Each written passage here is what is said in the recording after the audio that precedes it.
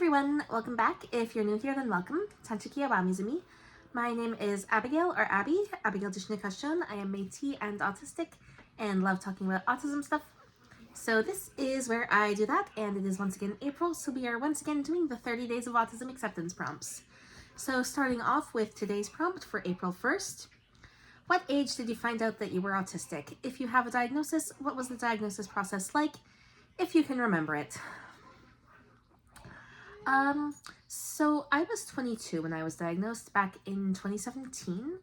I remember I kind of started connecting the dots a few months earlier while getting the ball rolling on the diagnostic process though. So I was technically 21 when I sort of figured it out, but it was all within a couple of months. I think it was March when I overheard a conversation between my dad and grandma about how when I went through a diagnostic process as a kid, autism came up as a possibility with the child psych, but I was too high functioning.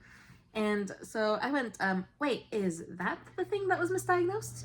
And my birthday was like a month later at most. And then I got actually diagnosed in May, like a month after my birthday. So I was like 21, 22.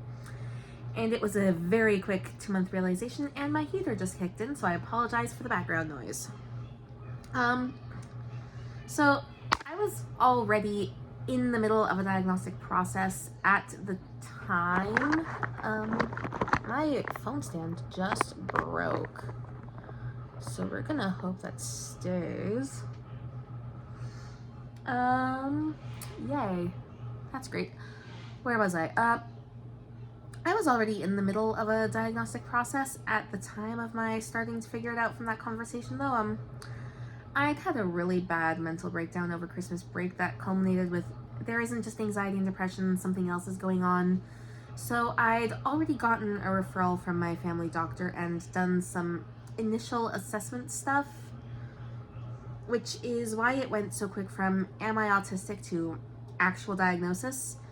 It wasn't the best process though. My sexual orientation was brought up for some reason with the person who actually diagnosed me as autistic that May, and it was fully invalidated. I was identifying as panromantic asexual at the time, and it was just asexuality isn't a thing. You can't be asexual if you have a boyfriend. So if you're in a relationship and you're attracted to both genders, you're bi.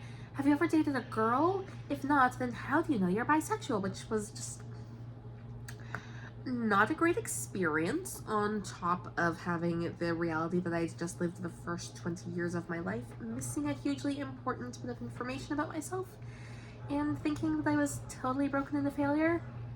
Things like that are why I kind of just vaguely identify as queer now. If I hadn't moved to a more densely populated part of Ontario, I'm not sure how the diagnostic process would have been, or if I'd have even gotten the diagnosis. That breakdown was partially because of the move, and of course that was what triggered me feeling the need to go through the diagnostic process in the first place. But yeah, I moved, had one of the worst meltdowns of my life, got a new family doctor, got a referral, and got diagnosed, and had my sexual orientation picked apart for no discernible reason in the process. I hope that last bit is not the standard. And of course, this was all in 2017, in Ontario specifically, and Doug Ford has since slashed healthcare funding, and mental health care is part of that same healthcare that got slashed. So it is probably significantly slower than the 5-month process I had, especially if you don't have a family doctor. But hey, we have booze and convenience stores now instead of just the LCBO, so yay. I'm glad that I got diagnosed when I did, because I have a feeling that the process has only gotten harder due to the healthcare cuts. Never mind the whole some parts of the province are significantly more remote than others. But yeah, thank you to everyone who voted for the guy whose entire platform was Buck a Beer. But anyway, yeah, that was my diagnosis experience, with a few provincial political complaints that nobody asked for. But hey, they're relevant because no healthcare funding means no diagnosis. Yeah, thanks for watching, and I will see you tomorrow for the next prompt. Bye!